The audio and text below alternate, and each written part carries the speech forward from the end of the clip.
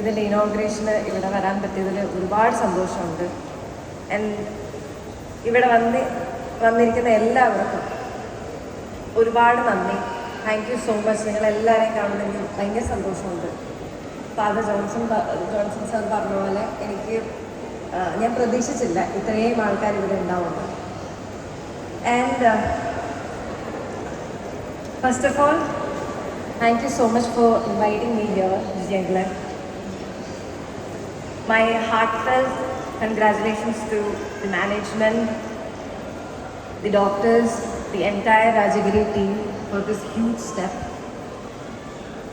സത്യം പറഞ്ഞാൽ ഞാൻ പലപ്പോഴും കേട്ടിട്ടുണ്ട് ഈ കോസ്മെറ്റിക് അല്ലെങ്കിൽ റീകൺസ്ട്രക്റ്റീവ് എന്ന് പറയുമ്പോൾ അങ്ങനെ നമ്മൾ കേൾക്കുമ്പോൾ അപ്പിയറൻസ് വൈസ് അല്ലെങ്കിൽ സൗന്ദര്യവർദ്ധനം,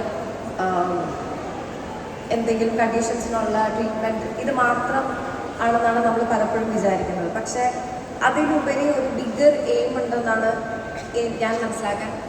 എനിക്ക് മനസ്സിലാക്കാൻ സാധിച്ചിരുന്നത്.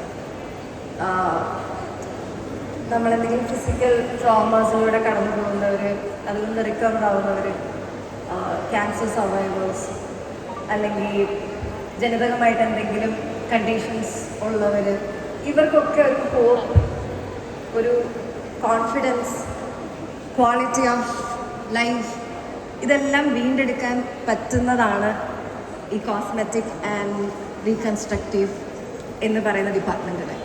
സോ അതിന് എനിക്കിവിടെ